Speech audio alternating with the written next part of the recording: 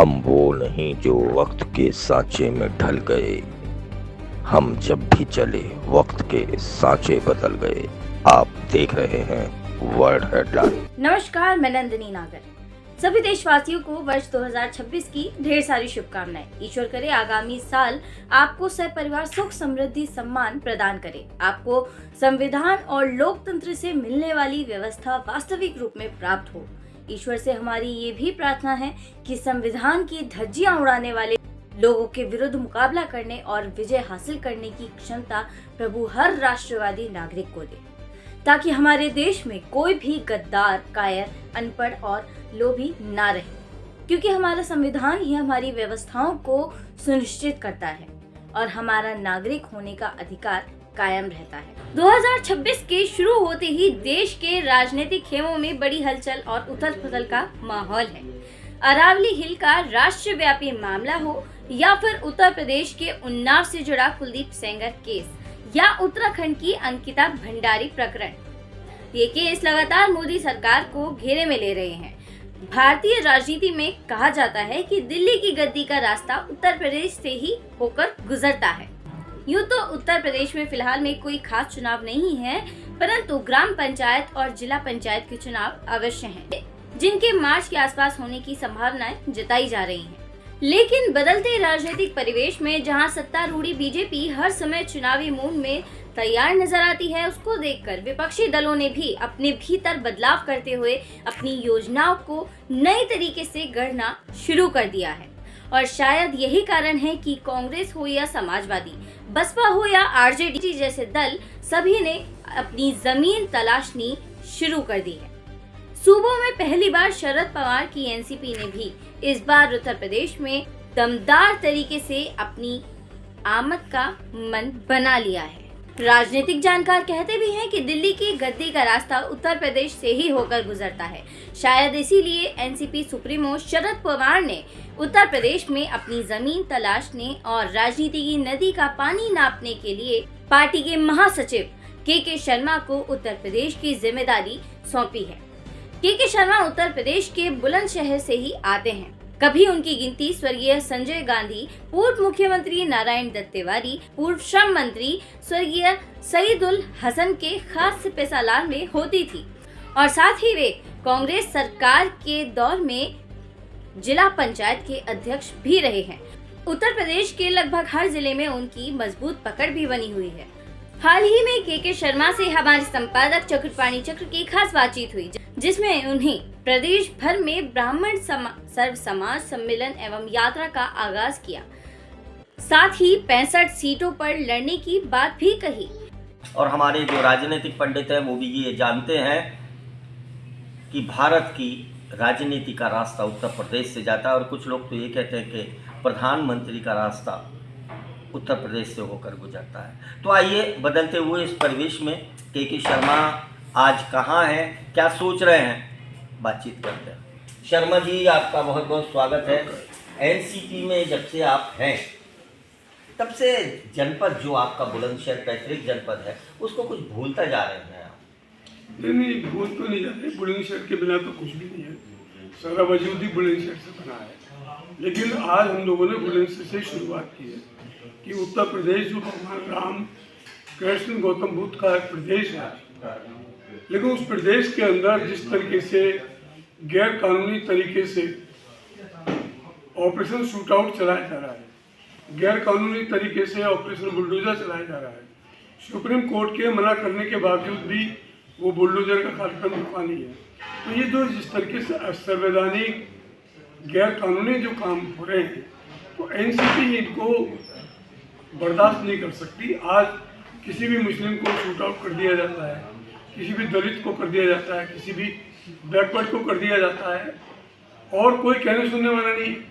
आज वो जो ब्राह्मण जिसने सारे समाज को दिशा दी, आज़ादी के आंदोलन को लड़ाई लड़ी, उसको भी परेशान किया जा रहा है। तो एनसीपी ने, हम लोगों ने ये फैसला किया है कि हम सर्व समाज के साथ, दलितों के साथ, अल्पसंख्यकों के साथ, बैकवर्ड के साथ, हम ब्राह्मणों की आवाज़ को भी बुलंद करेंगे, जिसका वजूद को मिटाने के लिए ये स्लो पॉइजन के तरीके से वर्तमान सरकार उत्तर प्रदेश में काम कर रही है। हर आदमी ब्राह्मण की बात करने से डरता है, लेकिन हम इंसाफ की बात कर रहे हैं, हमको जाति की बात नहीं कर रहे। ब्राह्मण का मतलब ये है कि जो कथा के बाद, पूजा के बाद कहता है धर्म की जय हो, अधर्म का नाश हो, प्राणियों में सद्भावना हो, विश्व का कल्याण। जो विश्व के कल्याण की बात करता है तो जाति धर्म बहुत पीछे रह जाते हैं। हम उस ब्राह्मण के लिए, अपने मुस्लिम भाइयों के लिए, बैकवर्ड के लिए, दलित के लिए हम एक ब्राह्मण सब समाज सम्मेलन हर जिले में करेंगे और एक यात्रा पूरे प्रदेश में निकाली जाएगी कानून का राज स्थापित करने के लिए, ब्राह्मण सब समाज यात्रा, और उसको फ्लैग ऑफ करेंगे हमारे ऑनरेबल प्रेसिडेंट और हिंदुस्तान के या दुनिया के नेता माननीय शरद पवार। चलिए, आपको ब्राह्मणों की याद आ गई, मैं आपसे जानना चाहता हूँ, क्योंकि उत्तर प्रदेश से आप आते हैं और उत्तर प्रदेश एक ऐसा सूबा है जिसमें कि ये माना जाता है कि उत्तर प्रदेश का राजनीतिक में अपना एक अलग महत्व है, और यहाँ तक कि प्रधानमंत्री बनने का रास्ता भी उत्तर प्रदेश से ही होकर गुजरता है। इसके लिए क्या योजना है आपकी? देखिए, इस समय तो सबसे बड़ी चीज़ ये है कि चुनाव तो 27 में है, लेकिन हमको अभी पहले यहाँ पे कानून का राज तो स्थापित हो। चुनाव हुआ, लोगों को रामपुर में वोट नहीं डालने दिया, चुनाव हुआ, बिसौली में वोट नहीं डालने दिया गया, तो ये जो लोकतंत्र को ख़त्म करने की साजिश है, संविधान को ख़त्म करने की साजिश है, पहले हम लोग इस संविधान को और लोकतंत्र को बचाएंगे, उसके बाद फिर आगे की लड़ाई। एक सीट पे लड़ने के बाद में संविधान बचेगा क्या? हम एक सीट नहीं, हम तो 403 की तैयारी कर रहे हैं, उसके बाद में फिर सहयोगी लोगों से बात करेंगे भाई, जो जिसका जहाँ दमदार है वो करें। सवाल कुछ और पूछना था, लेकिन जब आपने 430 की बात कर दी है, 403 की बात कर दी है, तो मैं आपसे फिर ये पूछना चाहता हूँ कि इसमें कितने साल लगेंगे? साल नहीं लगेंगे, हमारा पूरा संगठन है और हम इसकी तैयारी कर रहे हैं पूरे।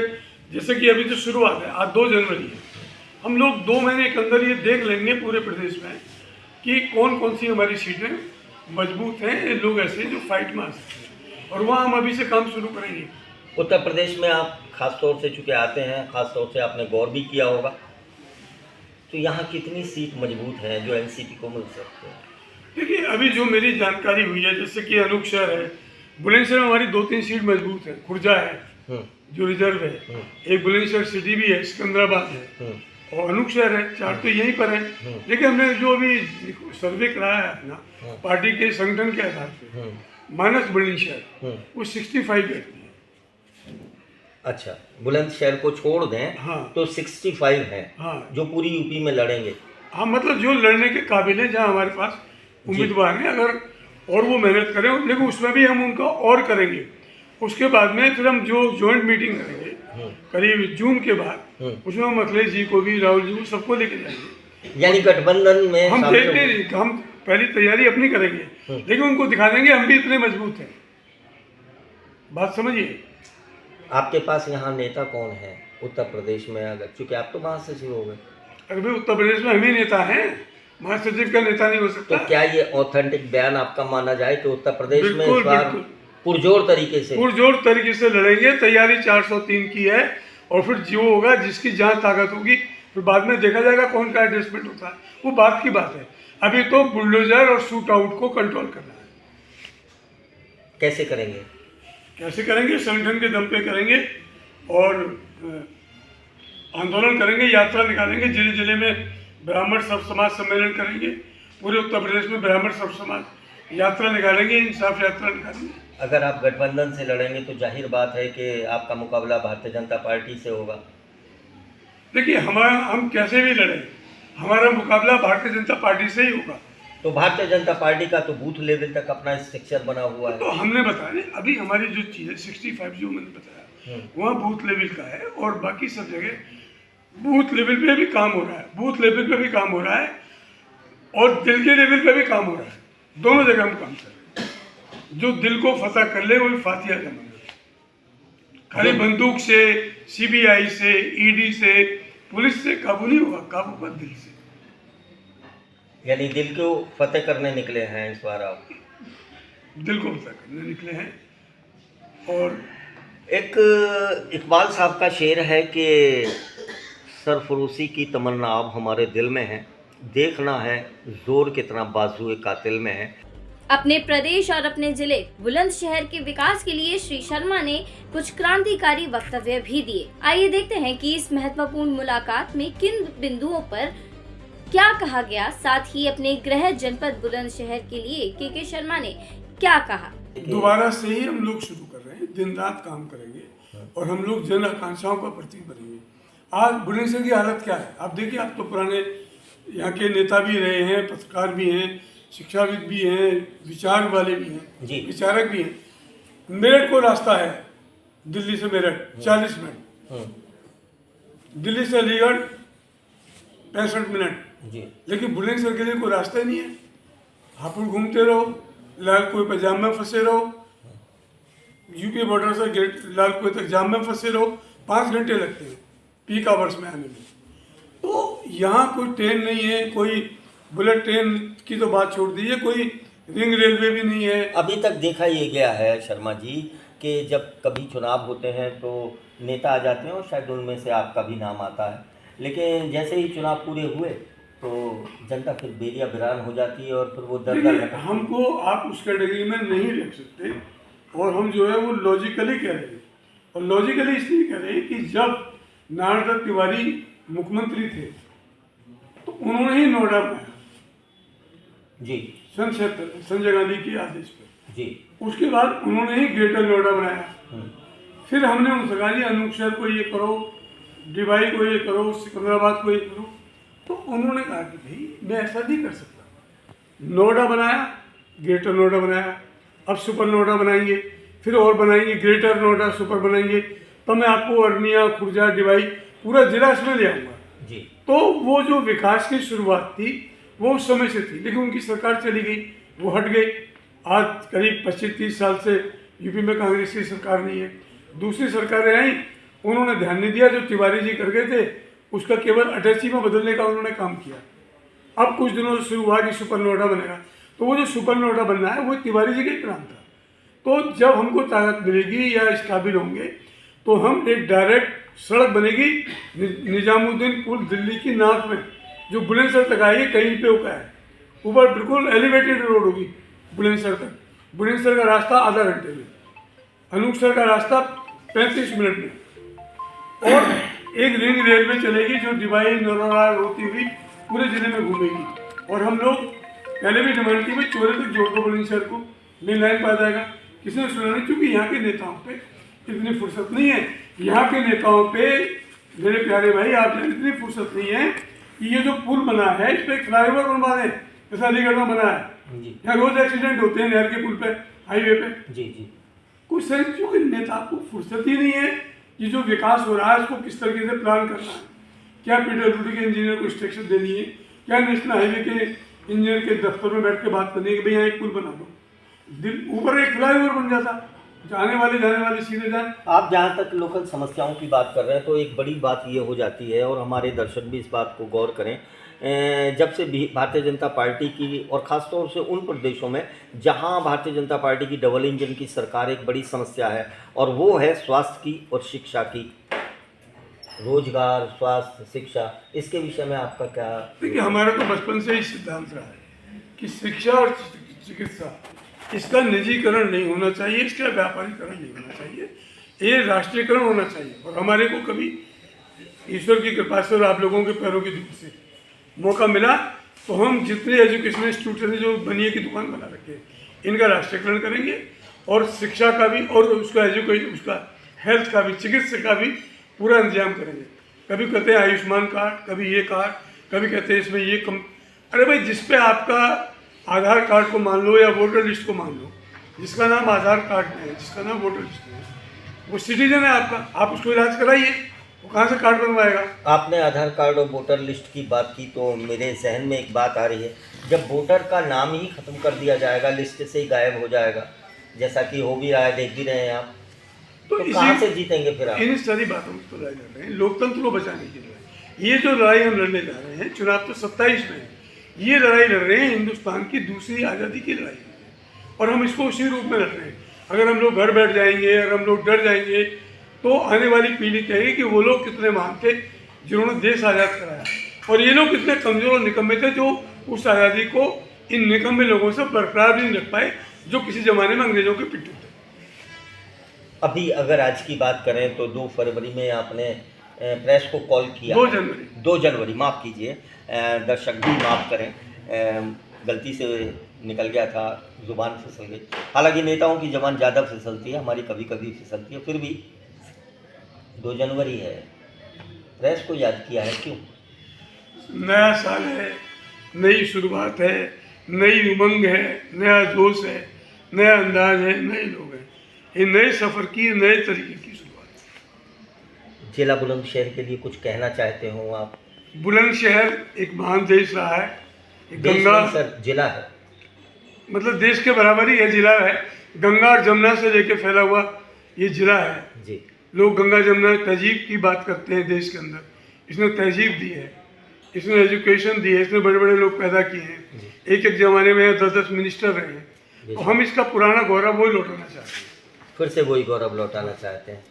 तो जिले की जनता को कितना % विश्वास करना चाहिए आपकी बातों? पूरा 100%। आप जानते हैं मैं तो जो कहता हूँ वही करता हूँ, एज अध्यक्ष जिला परिषद के रूप में भी, उसके बाद में भी जो कहा वो करके दिखाया। जो आपने लगभग 60 सीटों की बात की है, इस पे कब तक आपकी कार्यकारिणी घोषित हो जाएगी और नुमाइंदे कब तक घोषित कर देखिए, नुमाइंदे क्या है कि पहले हम लोग बिल्कुल अपने लेवल पर तैयारी कर रहे हैं। हम ईमानदारी से बात करें कि इसमें कोई दो राय नहीं है कि हमारी पार्टी का संगठन अपेक्षाकृत समाजवादी और पार्टियों के कमजोर है, लेकिन हमारा जो नेता है वो बहुत बड़ा है, वो इंटरनेशनल इमेज रखता है। हमारा फर्ज ये है कि हम उस नेता के व्यक्तित्व का फायदा उठाते हुए अपने कार्यकर्ताओं को इस काबिल करें कि वो चुनाव के काबिल हो। तो अभी हम उसका 3-4 महीने हमको अब दीजिए, उसका विस्तार। आज का आखिरी सवाल आपसे पूछना चाहता हूँ, कॉरपोरेट के काफ़ी दखलंदाजी आजकल चल रही है, जगह जगह संसाधन बेचे जा रहे हैं, आप इससे कितने हद तक सहमत हैं? देखिए, हम लोग तो इंदिरा गांधी की नीतियों के समर्थक हैं बचपन से, छात्र जीवन से, और उनसे प्रभावित होकर ही राजनीति में आए, छात्र राजनीति में। हम तो ये चाहते हैं कि अगर ये होटल भी है तो इसके भी 10 हिस्सेदार, अकेला मालिक ना, वेटर को भी राइट मिले। लेकिन एनसीपी के जो पवार साहब हैं, उनके तो बताए जाते हैं कि ज़्यादातर देश के जो कॉरपोरेट घराने हैं वो उनकी उंगलियों पे नाचते हैं।